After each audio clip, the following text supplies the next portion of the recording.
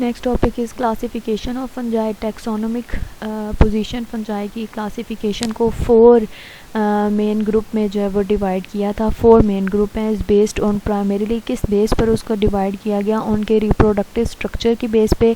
Reproductive sexual reproductive structure, sexual reproductive structure जो कि sexual reproduction में इन्वॉल्व होंगे, जिनमें हमारे पास स्पोर्स बनेंगे जो जिसकी फॉर एग्जांपल बेसिडियो कार्प है, फॉर एग्जांपल एस्को कार्प है, जिनमें बेसिडियो स्पोर्स और एस्को स्पोर्स बनते हैं, और उनका मेथड ऑफ रिप्रोडक्शन जो है वो क्या है।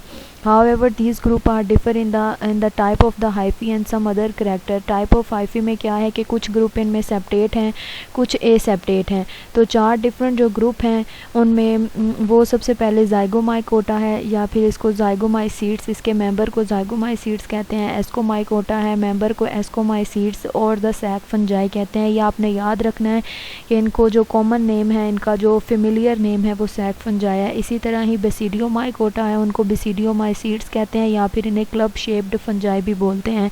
ड्यूट्रोमाइकोटा है, इनके जो मेंबर्स हैं उनको ड्यूट्रोमाइसीड्स से बोलते हैं, या फिर उनको इम्परफेक्टा या इम्परफेक्ट फंजाई बोलते हैं। तो इनको इस तरह क्यों बोलते हैं, इनका रीज़न क्या है, ये हम नेक्स्ट लेक्चर में पढ़ेंगे। तो सैक फंजाई या फिर क्लब फंजाई, इनका ऑप्शन में आते हैं कि club fungi is called Basidiomycota, Ascomycota या ज़ाइगोमाइकोटा। तो आपने फिर उसके राइट ऑप्शन पे क्लिक करना होता है। तो ज़ाइगोमाइकोटा में जो उसकी कॉमन एग्जांपल है राइजोपस है। राइजोपस का जो कॉमन नेम है ब्लैक ब्रेड मोल्ड है, ये भी एमसीक्यूज़ में पूछा जाता है। नेक्स्ट जो है वो पिलोबुलस है, उनको हम स्पिटिंग फंगस बोलते हैं। नेक्स्ट हमारे पास एस्कोमाइकोटा का वेरी इंपॉर्टेंट मेंबर यीस्ट है। इसके अलावा मोरल्स हैं, ट्रफल्स हैं, पाउडरी माइल्ड्यूज़ हैं और मोल्ड्स हैं। ये मोरल्स और ट्रफल्स ईटिंग पर्पस के लिए भी यूज़ करते हैं। यीस्ट जो है वो आपने पढ़ा था कि ब्रूइंग इंडस्ट्री में, बेकरी में यूज़ होती है।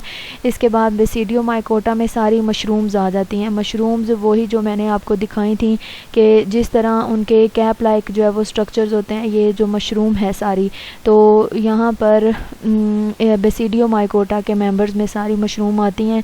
और रस्ट है, स्मट हैं, पुफ बॉल्स हैं, ब्रैकेट फंजाई है। और इसके बाद ड्यूट्रोमाइकोटा है, एस्परजिलस, पेनिसिलियम और अल्टरनेरिया।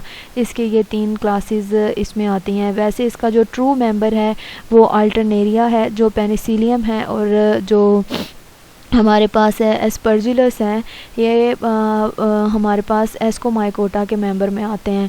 जो इनके जो सेक्सुअल स्पोर्स हैं उनको ज़ाइगोस्पोर्स कहते हैं, इनको एस्कोस्पोर्स कहते हैं, और ये inside the sac like structure में बनते हैं जिसे हम एस्काई बोलते हैं।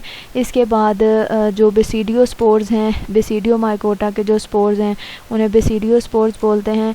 और उसके अलावा वो बेसिडिया के अंदर बनते हैं, क्लब शेप्ड उनके बेसिडिया आता है। और ये आप इस तरह लिख भी सकते हैं अगर आपको क्वेश्चन आए, why the basidiomycota called club fungi, because their basidiospores borne on the club shaped basidia.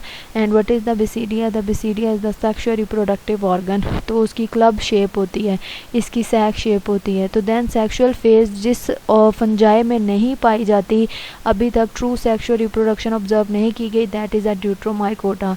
Next आपने ये एसेक्सुअल स्पोर्स हैं जो इनमें बनते हैं, इनके अंदर नॉन मोटाइल स्पोर्स बनते हैं। स्पोरेंजिया के अंदर, एस्कोमाइकोटा में कोनिडिया बनते हैं और वो कोनिडियो 4 के ऊपर बनते हैं। बेसिडियोमाइकोटा में सबसे ज़्यादा सेक्सुअल रिप्रोडक्शन ही होती है, लेकिन इसमें यहाँ पर अनकॉमन लिखा हुआ है कि एसेक्सुअल रिप्रोडक्शन इतनी ज़्यादा जो है वो नहीं पाई जाती। लेकिन अगर हो एसेक्सुअल रिप्रोडक्शन तो इसके अंदर जो बनने वाले स्पोर्स हैं उन्हें कोनिडिया का नाम दिया जाता है। इसके बाद आपने याद रखना है कि इनमें सेप्टेट कौन सी हैं और एसेप्टेट कौन सी हैं। जो एस्कोमाइकोटा हैं और बेसिडियोमाइकोटा हैं ये दोनों सेप्टेट हाइफी हैं, और इनकी जो हाइफी हैं ये डाइकैरियोटिक। इनकी जो फेज़ है ज़्यादातर ये किस फेज़ में रहती हैं? डाइकैरियोटिक फेज़ में रहती हैं, मतलब पर सेप्टा या पर सेल में इनके 2 न्यूक्लियस प्रेजेंट होंगे। बाद में जो है वो इनका जो न्यूक्लियस है वो फ्यूज़ हो जाते हैं, फिर हैप्लॉइड हो जाते हैं, लेकिन डाइकैरियोटिक फेज़ जो है वो इनकी लेंथी है। इसी तरह बेसिडियोमाइकोटा भी सेप्टेट हाइफी हैं, लेकिन जो ड्यूट्रोमाइकोटा हैं ये दोनों शो करती है किसी लाइफ साइकिल में ये सेप्टेट है पहले जो है, फिर ए सेप्टेट हो जाती है, तो ये वैरिड है इसका स्ट्रक्चर। और zygomycota is only hyphae that is a non septate multi nucleated. तो ये टेबल आपने अच्छे से जो है वो याद कर लेना है विद एग्जांपल्स।